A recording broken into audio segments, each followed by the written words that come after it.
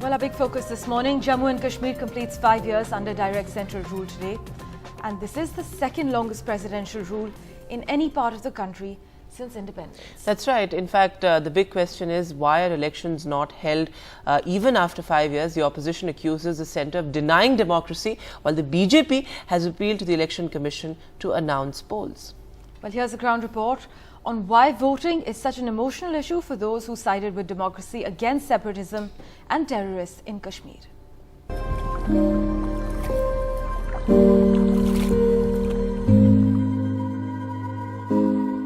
Mohammad Siddiq Bani is suffering from dementia after battling years of terrorist threats and coping with the targeted killing of his 3 sons. His unflinching commitment to democracy against terrorism has made him and his family a target of terrorists. In a remote village of Kupwara district, Bani's family is actually thankful for his memory lapses. Because when he remembers the past, the 85-year-old is plunged into grief. But what he does remember is his desire to vote. As Jammu and Kashmir completes 5 years without an elected government, the family hopes that elections in the former state are held soon and Bani gets a chance to vote one last time. Time बहुत मुश्किल time था। एक दो भाई तो एक दिन मार दिए, फिर तीसरा भाई 2 साल के बाद मार दिया। बस इसी वजह के लिए कि पॉलिटिक्स के साथ उस टाइम इतनी मतलब प्रॉब्लम थी। यहाँ मिलिटेंट पीछे थे वोट डालने के लिए, आज वो भी हक छीन लिया। आज 8-9 साल से इलेक्शन नहीं हो रहा है कश्मीर में।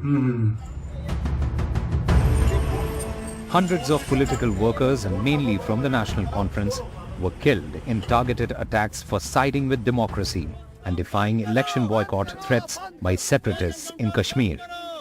The family says that they have sacrificed everything for democratic process, but today they feel saddened to see democracy in a suspended animation in the region.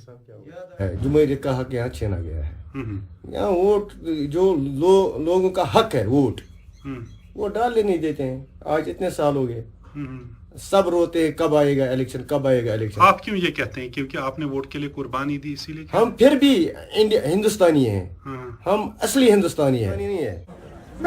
The BJP rejects the opposition's allegations that people are being denied democracy, but they have appealed to the Election Commission to announce poll dates in Jammu and Kashmir. मैं election commission of India से हाथ जोड़कर मोहतराना गुजारिश करता हूं कि election commission Jammu Kashmir के assembly election की तारीखों का ऐलान करे। The last assembly elections were held in 2014. The PDP-BJP coalition government collapsed after the BJP withdrew support on June 19, 2018. Jammu and Kashmir lost its statehood and special status. 5 years and counting, and no one knows when elections will be held in Jammu and Kashmir.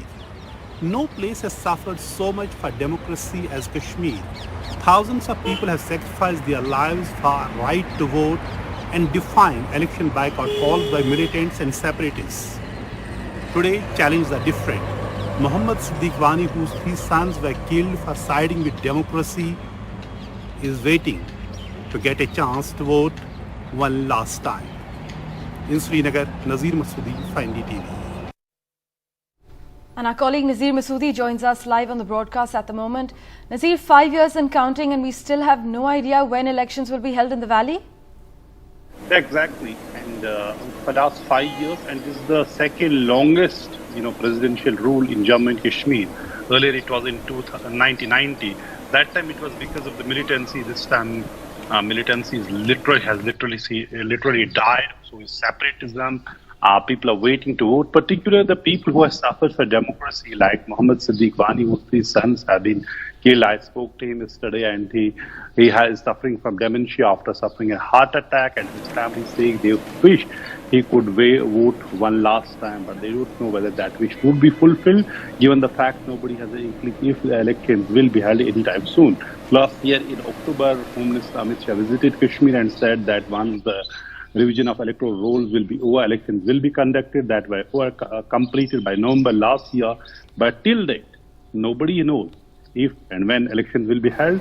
Opposition is blaming the BJP for denial of democracy, but the BJP, which held a rally just before yesterday in Srinagar, appealed Election Commission to conduct assembly elections in Jammu and Kashmir. There have been, 125 times there have been, presidential rules across states in India since independence. And in Jammu and Kashmir since 1997, there have been, elected governor's rule or a president's rule 8 times. But this is the second longest presidential rule in Jammu and Kashmir, and people are eagerly waiting to have an elected government, to vote for assembly elections, and particularly those who have sacrificed their lives when there was militancy and people fought for democracy and right to vote, and the same people are waiting for their turn to vote again to elect an elected government.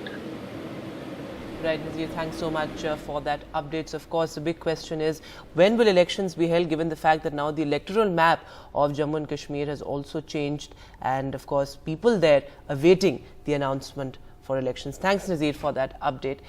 The other big story is the weather concern, and the impact of climate change is being felt, and it's not distant anymore. It's here and now. Well, Assam has been witnessing incessant rainfall, which has led to flash floods in several parts as well. And now a red alert has been issued for Assam and Meghalaya as well. In fact, landslides are also a big concern at the moment in Meghalaya. 2 people have died because of landslides, and now we're being told that there are landslides in Sikkim as well. If we talk about Assam, over 30,000 people across 14 districts have been affected, as 3 key rivers are flowing above the danger levels. And well, in the northwest part of India, cyclone Biparjoy has brought heavy rain, particularly in Rajasthan, leaving low-lying areas inundated. So there's flood-like situation in several parts of the desert state. Meanwhile, in Chennai, it's a rainy day for students, as schools have been shut in the city due to heavy rainfall. All right, Ratnadeep is in fact joining us live on the phone line. Ratnadeep, it's interesting now. Of course, there's a red alert for parts of Assam and Meghalaya. There are flash floods as well. In fact, many people have been evacuated. What is the situation currently on the ground? That's right. In fact, for the past 1 week or so, there has been rains in not only Assam but almost entire northeast, and therefore the water levels in all the rivers, particularly in the Brahmaputra Valley in Assam, has gone up. In fact, the Brahmaputra River is flowing above danger level in Nimati Ghat, which is in Jorhat, in one place only, and 2 other rivers, Kopili River in Kanpur and Puthimari River in Kamrup district. These 2 rivers are also flowing above danger level. The other rivers are also in full speed, but not yet to touch the danger mark. Now, over 33,000 people have been affected by floods. This is the estimate till last night. Although not too many people have moved to the relief camps. Remember, Assam almost every year witnesses floods. Last year, Assam has witnessed devastating floods. So people would be hoping that this year, this spell of floods are not as devastating as it was for them, because for many, they could not even rebuild their house properly from the devastation last year, now that this flood has struck. Now, IMD has issued a red alert for parts of Assam and Meghalaya for today. For the rest of Northeast, there is an orange alert. So there will be extreme heavy rainfall in parts of Assam and Meghalaya. That's what IMD has predicted. There would be heavy rainfall in other parts of the Northeast. There are predictions of thunder showers and thunderstorms in some parts of the region.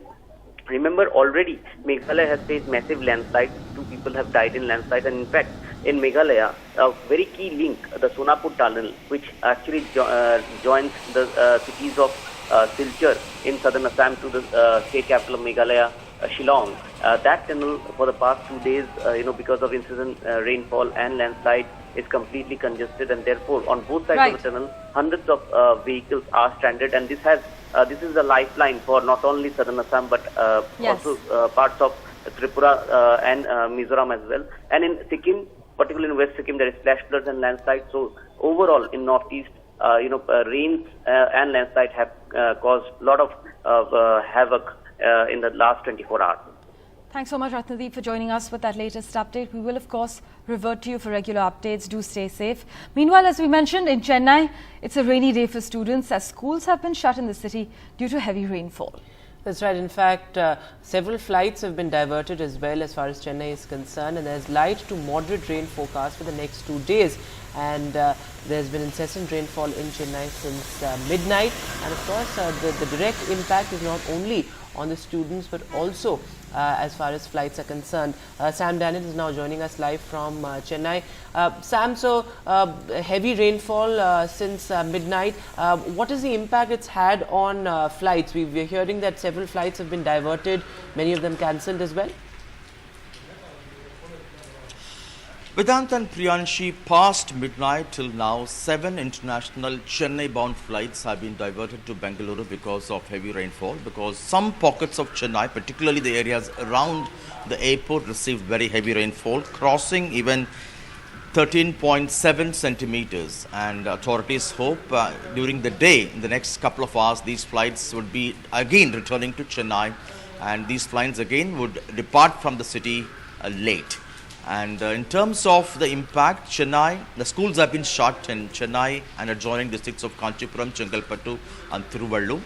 And the Met Office has forecast moderate rainfall at least till 10 this morning. This is mainly because of intense convective cells over these areas. And in terms of the forecast for the next few days, the Met says there could be light to moderate heavy rainfall in the next few days. I'm going to just show you what is the ground situation in the area where I am. It's still showers. There are light showers now, some amount of little waterlogging, and the Met Office says this could lead to waterlogging in several pockets of Chennai adjoining areas, and also a rise in level in water bodies.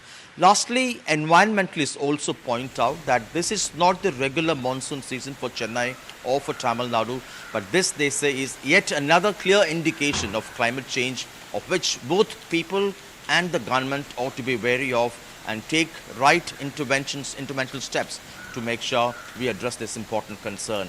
Vedant and Priyanshi. Right, Sam, thank you so much for joining us with that update from Chennai.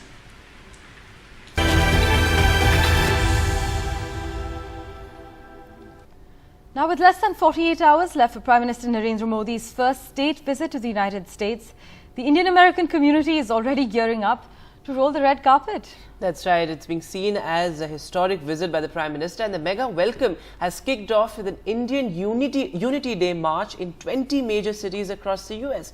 The march is planned at major landmarks such as Washington Monument to Lincoln Memorial in Washington, D.C., Times Square in New York, and Golden Gate Bridge in San Francisco. There are nearly 1 million Asians here in New Jersey, and Indian Americans constitute a huge part of cities such as Edison, where I'm standing, at a population of nearly 40%. As you can see behind me, there are mango sellers selling fresh mangoes from India, and we are trying to gauge a community opinion about the official state visit of Prime Minister Modi. What is the feeling as an Indian American? It's of course very exciting to see India being presented at such a magnificent stage. Mr. Modi has done such good work in India, and he has really elevated the Indian presence on the world stage. So it is really an honor to see how wonderfully we're doing, and to be able to participate at this level and have this kind of representation is wonderful. I think there's a lot of enthusiasm all the way around to his visit, and I know tickets are sold out everywhere. So it speaks to how popular he is and how well received he is in this country. Absolutely. Sold out at the Ronald Reagan Center. We're hearing they are about $5,000 each. And you can see the economic weight as well that the Indian Americans carry in this country. They've been significant contributors to major campaigns and are actually a swing vote now in many of the swing states. We talked about Georgia, Michigan, Pennsylvania for President Biden as well. Have you stayed long here, and have you seen a significant change in your years living here in USA? Absolutely. I've been here now about 23 years going, but it's really changed quite a bit. When we came, India was just another country on the map. People would ask where it was and how we spoke English so well, but now, coming into the new age, I feel like India is so so much part of the world economy, they're so much part of technology and health. And so it's really good to see us growing in so many ways in today's day and age. Thank you so much for speaking with us. So not just the sweetness of mangoes, but the sweetness of Indian American community here in the United States in anticipation of Prime Minister Modi's first official state visit. Here in Edison, New Jersey, Namrata Brar, NDTV. And moving now, very interestingly, just days ahead of the Prime Minister's visit to the US Secretary of State Antony Blinken is in China with the bid to ease exploding relations between US and China. In fact, this is the highest level trip to China by a US official in nearly 5 years. And Blinken is on a mission to cool tensions between the US and China, as Vedant has just mentioned. In fact, interestingly, late last night, Blinken met Chinese Foreign Minister Qin Gang, and a meeting with Chinese President Xi is also likely, but as of now, it's unconfirmed. But the US Secretary of State and the Chinese Foreign Minister have agreed on the need to increase flights between the world's two largest economies, which remain at a bare minimum since the pandemic.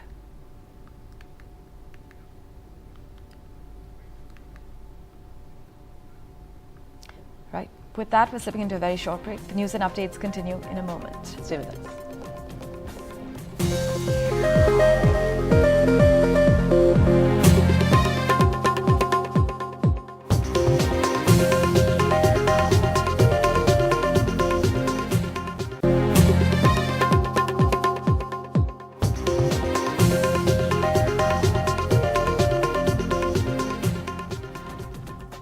Welcome back.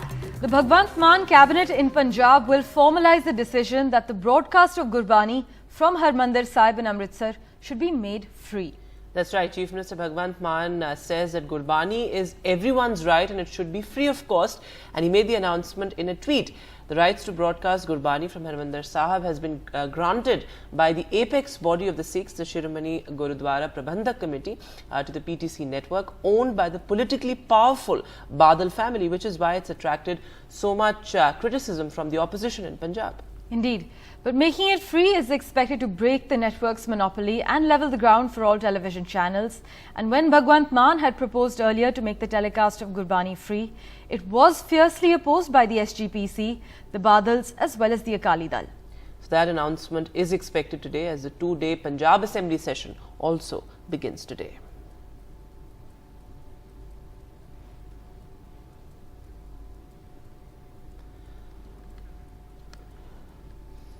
And moving to international news now, at least 12 people have died, 5 are missing and nearly 3,000 have been left homeless after an extratropical cyclone hit Brazil. Authorities say that one of those killed was a 4-month-old baby who died before rescuers were actually able to get there. And there were deaths in as many as 7 cities because of the winter storm.